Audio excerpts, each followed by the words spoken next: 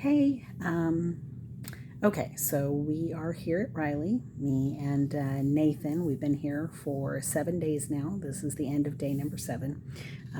Nathan was diagnosed with 3 different respiratory viruses, and yet he has no respiratory issues.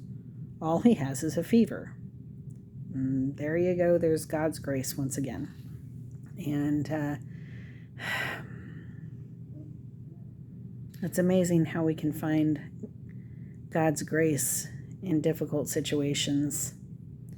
We wanted to be able to pray this away, but it wasn't prayed away. Instead, it lingered. But in the process of it lingering, it caused a pressure that has a spiritual pressure that has broken off some more things.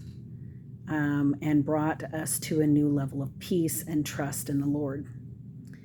So, once again, an opportunity, a challenge that is being presented as an opportunity for God to break off some chains. And so chains are being broken. Nathan is being protected. And I just keep on being reminded that the Lord says that he knows the plans he has for us and plans to prosper us and not to harm us. And that's really huge right there, is that, you know, these trials are not meant to harm us. They're not meant to harm Nathan. They're not meant to harm me. They're not meant to harm Stephen. That they are meant to bring us to a place of hope and a future. And that's exactly what's happening, is that though his immune system was totally tanked by this last round of chemotherapy, this last round of treatment, which was really hard on his body, the hardest of any of the other rounds.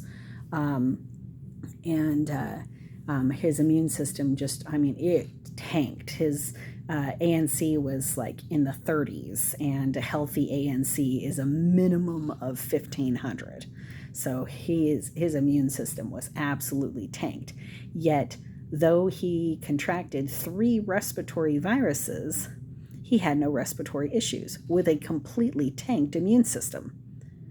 That is just amazing, and such a testimony of God's grace and God's protection, because it's not meant to harm. It's meant to break things off, like Shadrach, Meshach, and Abednego, who got thrown into a fire that was lit 7 times hotter. It was heated 7 times hotter than it is normally heated. And they were thrown in there bound. But while they were in the fire, they were loosed and walking around with one that appeared as the Son of Man. And then when they were brought out of the fire, they didn't even smell like smoke. That is a testimony of God. That is an example of exactly what he wants to do with us if we just let him. If we just let him. And I notice that the more we fight, the more we struggle to just surrender and just let things be and just trust him. Just trust what he's doing and quit trying to control the situation. The more we try to control the situation, the worse the situation is. But the more we surrender and just give up that control and just give it over to him and just say, Lord, I trust you as much as I can. Help me. Lord, I believe. Help me in my unbelief. Lord, I surrender. Help me in my resistance. But the more we're willing to do that, the more we're willing to give up control, the more grace we see in our situation. And I'm talking about us personally and in this walk, as well as the experience of others. So I just wanted to encourage everyone with that whatever trial you may be facing right now, whatever you may be going through, know that God is with you and that he wants you to just give it over to him, put it in his hands, and let him take care of it. Let him sort through it. Let him give you back only that which you're supposed to be responsible for. But to know that you don't have to control the situation. Give that control over to him.